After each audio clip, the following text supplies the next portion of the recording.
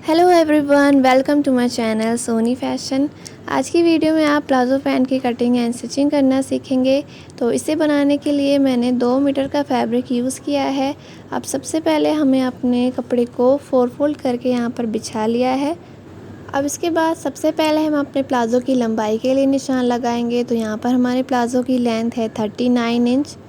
तो इसमें हम 1 इंच ऊपर बेल्ट का ऊपर अलग से ऐड करेंगे। तो इंची टेप को मैंने कपड़े से 1 इंच ऊपर रखा है और यहाँ पर 39.5 इंच पर मैं निशान लगा लूँगी। आधा इंच एक्स्ट्रा मैंने यहाँ पर मार्जिन का लिया है और नीचे से 4 इंच एक्स्ट्रा मैं यहाँ पर मोहरी की फोल्डिंग के लिए ले रही हूँ।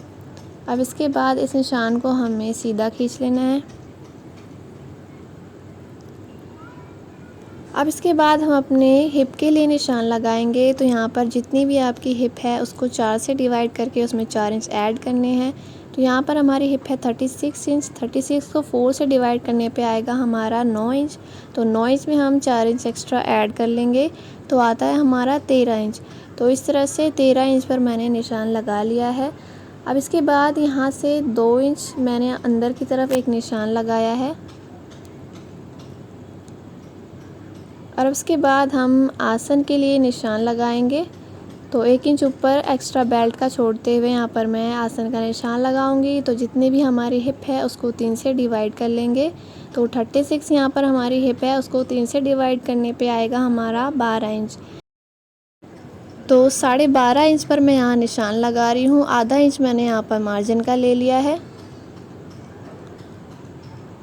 अब इसके बाद हमें इसे भी सीधा खींच लेना है और अब यहाँ से हमें 2 इंच सीधे में एक निशान लगाना है और अब यहाँ से मैंने 1.5 इंच पे एक निशान लगाया है और अब उसके बाद हमें यहाँ से आसन की हल्की सी शेप देनी है।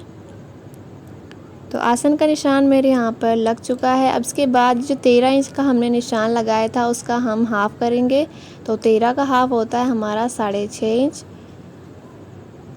और अब इसी तरह से हर 6.5 इंच पर मैं निशान लगा लूँगी। और अब इसके बाद हमें यहाँ से एक सीधी लाइन ड्रॉ करनी है सेंटर में।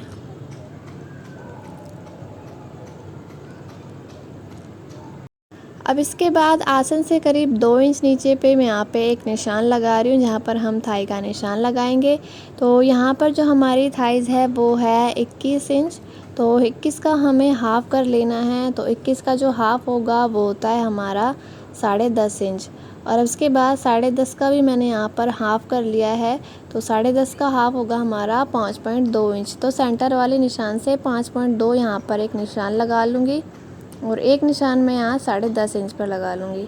अब इसके बाद मैं यहाँ पर सबसे पहले मोहरी का निशान लगा लूँगी और उसके बाद हम घुटने का निशान लगाएंगे। तो यहाँ पर हमारी मोहरी थी 12 इंच। तो 12 का आधा कर देंगे तो आएगा हमारा 6 इंच। तो 3-3 इंच मैंने यहाँ पर निशान लगा लिया है सेंटर वाले निशान से। अब इसके बाद हम घुटने का निशान लगाएंगे। तो जितनी भी हमारी लंबाई है उसका हमें आधा कर लेना है और उसमें हमें 2 इंच जोड़ लेना है। तो यहाँ पर जो हमारी लंबाई है वो है 39 इंच। तो 39 का हाफ़ करेंगे तो आता है हमारा 19.5 इंच और 19.5 इंच में 2 इंच ऐड कर देंगे तो आएगा हमारा 21.5 इंच। तो 21.5 इंच पे मैंने निशान लगा लिया है। अब यहाँ पर जो हमारा घुटना है वो है 15 इंच। तो 15 का हम हाफ़ कर लेंगे तो आएगा हमारा 7.5 इंच। 7.5 का भी अब यहाँ पर हम आधा कर लेंगे तो यहाँ पर मेरा 3.25 इंच आ जाएगा। तो सेंटर वाले निशान से 3.25 इंच पर मैंने एक निशान लगाया है और दूसरा निशान मैंने 7.5 इंच पर लगा लिया है। अब यहाँ पर मैंने ये स्केल ली है जिसकी हेल्प से हम इन सभी निशानों को आपस में मिलाएंगे। तो इस तरह से मैंने स्केल को रखा है और चॉक से हम निशान लगा लेंगे।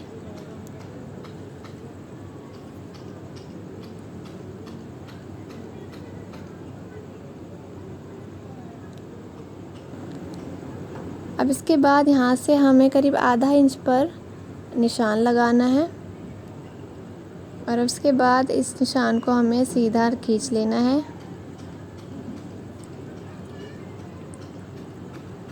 और अब यहाँ से हम हल्की सी शेप दे देंगे इसकी और अब यहाँ पर हम मार्जिन के लिए निशान लगाएंगे। तो स्केल की पट्टी के जितना हम मार्जिन का निशान लगाएंगे।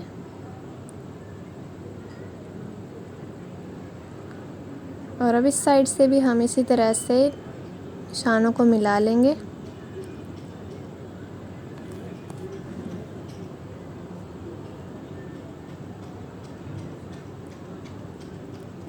और अब उसके बाद यहाँ से मैंने फ्री हैंड से हल्की सी शेप दे दी है।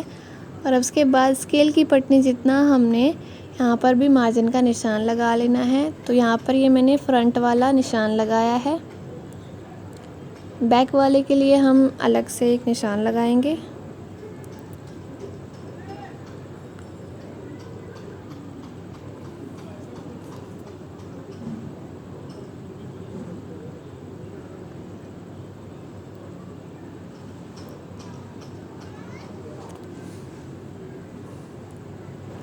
अब इसके बाद हमें अपने फ्रंट वाले पार्ट में 1 इंच की हल्की सी शेप देनी है। तो यहाँ पर मैंने स्केल को रखा है इस तरह से, और इस तरह से मैंने यहाँ निशान लगा लिया है। और अब इसकी हम कटिंग कर लेंगे।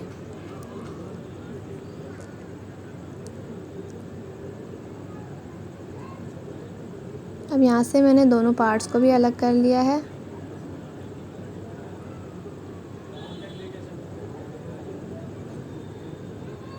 अब इसके बाद हमें अपने बैक पार्ट को अलग कर लेना है और फ्रंट पार्ट को हम यहाँ पर रखेंगे। और ये जो एक्स्ट्रा हमने 1 इंच की पट्टी रखी थी, इसकी हम कटिंग करेंगे फ्रंट वाले हिस्से में। और ऊपर से हम बैक वाले हिस्से से भी 1 इंच की पट्टी जितनी कटिंग कर लेंगे। तो यहाँ पर हमारे प्लाज़ो की कटिंग हो चुकी है। अब इसके बाद हम अपने आसन पे सिलाई लगाएंगे। तो आधे इंच के मार्जिन से मैं यहाँ पर सिलाई लगा रही हूँ। तो आसन पे सिलाई लगाने के बाद अब हमें इसे सीधी साइड पलटना है और कपड़े को किसी भी एक साइड पलटते हुए हमें इस पे ऊपर से एक टॉप स्टिच लगा लेना है।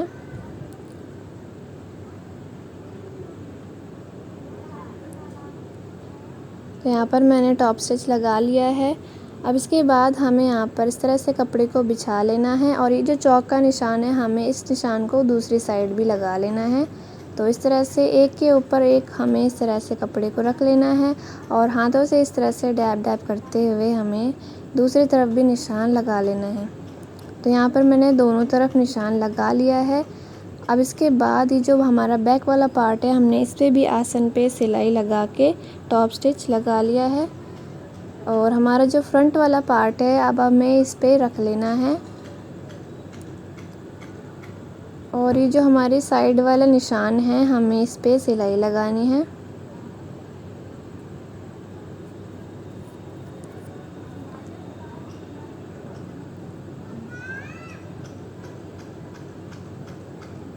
तो यहाँ पर मैंने सिलाई लगा ली है। अब इसके बाद हमें इसको सीधी साइड पलट लेना है। और अब इसके बाद हमारा यहाँ पर जो मार्जिन का कपड़ा है, उसे हमें अपने प्लाज़ो की जो बैक पैनल है उसकी तरफ करके इसके ऊपर एक टॉप स्टिच लगा लेना है।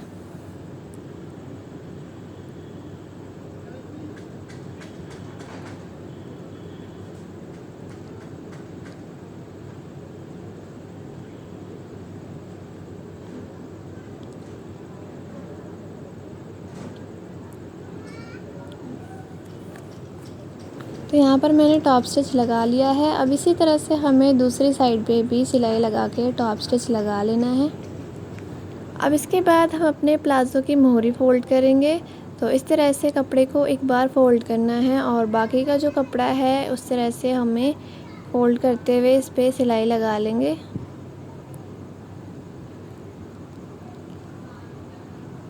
तो यहाँ पर मैंने अपनी मोहरी पर सिलाई लगा ली है। अब इसी तरह से हमें दूसरी मोहरी पर भी सिलाई लगा लेनी है।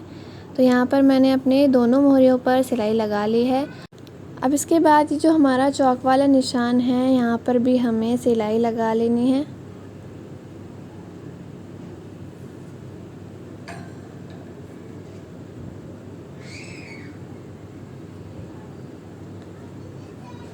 तो यहाँ पर मैंने इस पे भी सिलाई लगा ली है।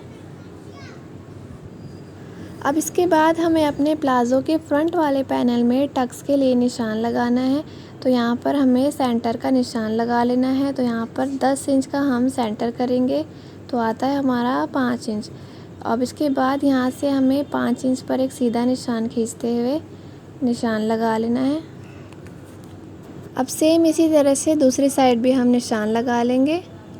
अब उसके बाद इस निशान से हमें कपड़े को सेंटर से पकड़ते हुए आधे इंच के गैप में इस तरह से एक निशान लगाएंगे और इस पे हम सिलाई लगा लेंगे। तो यहाँ पर मैंने सिलाई लगा ली है और इसके बाद मैंने इसको सीधा कर लिया है। अब सेम इसी तरह से मैंने दूसरी साइड भी टक्स लगा लिया है। अब इसके बाद हम अपने प्लाज़ो की फ्रंट वाली साइड में बेल्ट लगाएंगे और बैक साइड में हम इलास्टिक लगाएंगे। तो फ्रंट वाले साइड को हम नाप लेंगे। तो यहाँ पर जो हमारी फ्रंट वाली साइड है वो 18.5 इंच आ रही है और अब इसके बाद बैक वाली साइड को भी हम नाप लेंगे। तो ये हमारी 21 इंच आ रही है। तो यहाँ पर मैंने 2 पट्टियाँ ली है तो जिसकी चौड़ाई है 4.5 इंच और यहाँ पर हमारे जो फ्रंट वाली पट्टी की लंबाई है वो है करीब 20.5 इंच और बैक वाली पट्टी की जो लंबाई है वो है 23 इंच।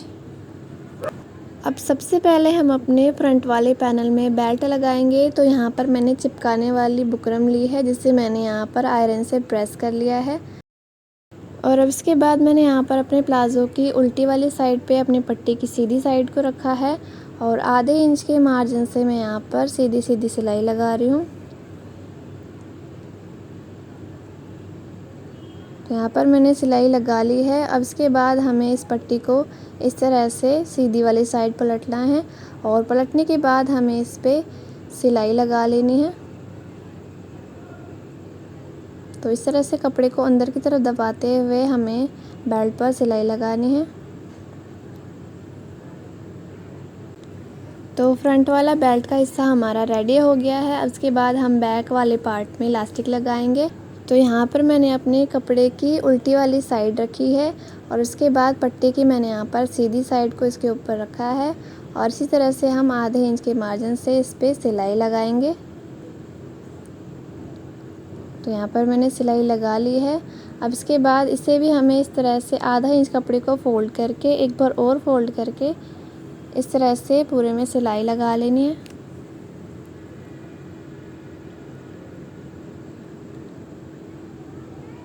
तो यहाँ पर मैंने इस पर भी सिलाई लगा ली है। अब इसके बाद हम इसमें इलास्टिक लगाएंगे। तो यहाँ पर मैंने 13 इंच की इलास्टिक ली है और यहाँ पर जितनी भी हमारी हिप है उसको हम 3 से डिवाइड करेंगे। तो 36 इंच की हमारी हिप है यहाँ पर, तो 36 को 3 से डिवाइड करेंगे तो आएगा हमारा 12 इंच। तो यहाँ पर मैंने 1 इंच एक्स्ट्रा मार्जिन का लिया है। तो यहाँ पर 13 इंच की मैं इलास्टिक ले रही हूँ। अब इसके बाद सेफ्टी पिन की हेल्प से हमें इसे इस तरह से अंदर की तरफ डाल लेना है। तो इलास्टिक मैंने यहाँ पर तो इलास्टिक डालने के बाद अब हमें यहाँ पर दोनों साइड पे सिलाई लगा लेनी है। यहाँ पर मैंने दोनों साइड से इसे सिल लिया है। अब इसके बाद हम इलास्टिक पर सिलाई लगाएंगे। तो दोनों तरफ से इलास्टिक को खींचते हुए हम इस पर सीधी सीधी सिलाई लगाएंगे।